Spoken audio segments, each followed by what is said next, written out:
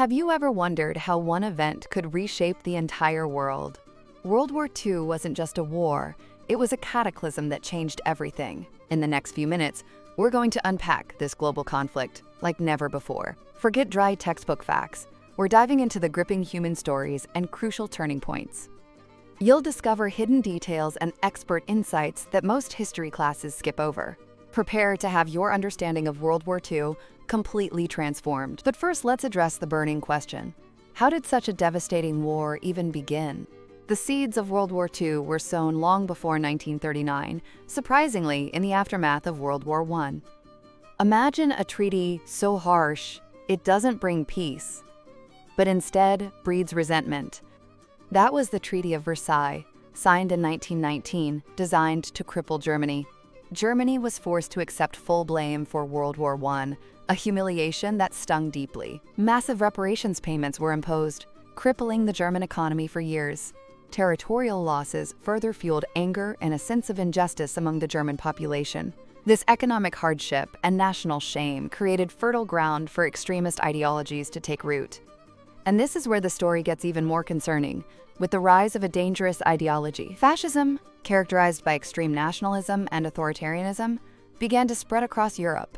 In Italy, Benito Mussolini seized power, promising order and national glory through aggressive expansion.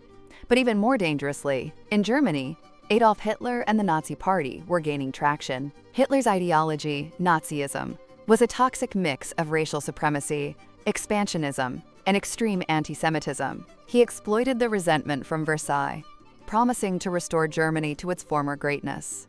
Through powerful propaganda and skillful manipulation, Hitler rapidly gained popularity. By 1933, Hitler became Chancellor of Germany, and democracy was swiftly dismantled. Hitler violated the Treaty of Versailles almost immediately, rearming Germany in secret. The world watched with growing alarm as Germany's military strength increased dramatically. The League of Nations, meant to prevent future wars, proved powerless to stop Hitler. But why was the League of Nations so ineffective? That's a critical part of the story. The League lacked real enforcement power, and the United States, crucially, never even joined. Appeasement, a policy of giving in to Hitler's demands to avoid war, became the dominant strategy. Leaders like Neville Chamberlain hoped concessions would satisfy Hitler and maintain peace. However, appeasement only emboldened Hitler, encouraging further aggression. In 1938, Austria was annexed by Germany, a clear violation of international agreements. Then, Hitler set his sights on Czechoslovakia, demanding the Sudetenland region. The Munich Agreement, a symbol of appeasement, handed the Sudetenland to Germany. Chamberlain famously declared peace for our time, but it was a tragically false hope. Hitler's ambitions were far from satisfied. Czechoslovakia was completely occupied in 1939. Now, the world stood on the brink. But what was the final spark that ignited the global firestorm?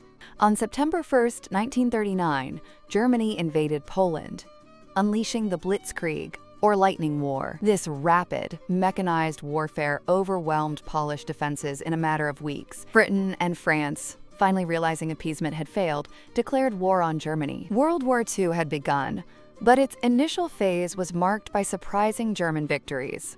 Germany's Blitzkrieg tactics proved incredibly effective across Europe in the early years. France, believed to be a military powerhouse, fell to Germany in just 6 weeks in 1940. The speed and scale of the German victories shocked the world and reshaped the map of Europe. But even as Axis forces dominated Europe, a crucial event shifted the global balance. On December 7, 1941, Japan launched a surprise attack on Pearl Harbor, bringing the U.S. into the war. This attack unified American public opinion and ended the nation's isolationist stance. The industrial might and vast resources of the United States now entered the Allied cause. With the U.S. entry, the war transformed from a European conflict to a truly global one. However, the tide of the war didn't turn overnight, and the Allies faced immense challenges. The Eastern Front became a brutal and decisive theater of the war, especially the Battle of Stalingrad. The Battle of Stalingrad from 1942 to 1943 was a horrific turning point against Germany.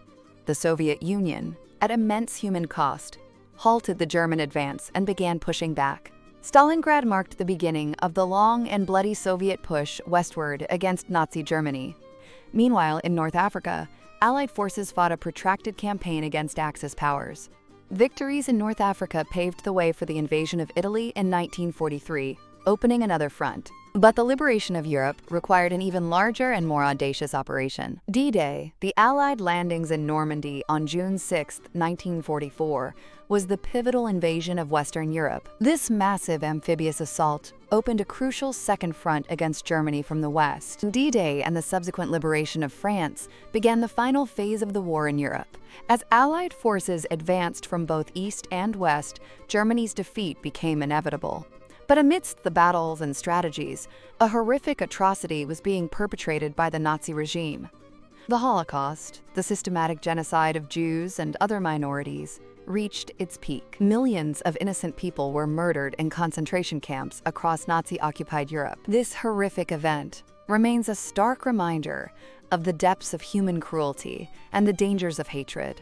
The war in Europe finally ended on May 8, 1945, with Germany's unconditional surrender. Victory in Europe, or VE Day, was met with jubilation, but the war in the Pacific still raged on. The Pacific theater saw fierce fighting between the US and Japan across vast distances. Battles like Midway and Iwo Jima demonstrated the brutal intensity of the Pacific conflict. The development of the atomic bomb, however, dramatically changed the course of the Pacific War.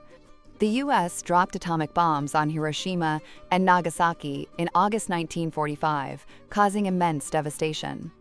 These bombings, while controversial, led to Japan's surrender and the end of World War II. World War II officially concluded on September 2, 1945, with Japan's formal surrender. The scale of World War II was unprecedented, engulfing nations across the globe. Estimates suggest over 50 to 85 million people perished, making it the deadliest conflict in history. The world emerged utterly transformed with new superpowers and a new global order. The United Nations was founded, aiming to prevent future global conflicts from happening again. But what are the key lessons we can take away from this monumental, devastating war? Firstly, unchecked aggression and expansionism must be confronted decisively and early. Appeasement, as history shows, is often a dangerous path that emboldens aggressors. Secondly, international cooperation and strong alliances are vital for global security. The Allied victory demonstrated the power of unity against tyranny and oppression. Finally, the horrors of the Holocaust remind us to be vigilant against all forms of hatred and prejudice. We must never forget the lessons of World War II, its cost and its consequences.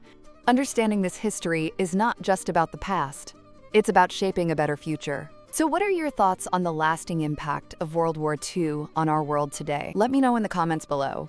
I'm eager to hear your perspectives and insights. If you found this video insightful, be sure to hit that like button and subscribe for more deep dives into history.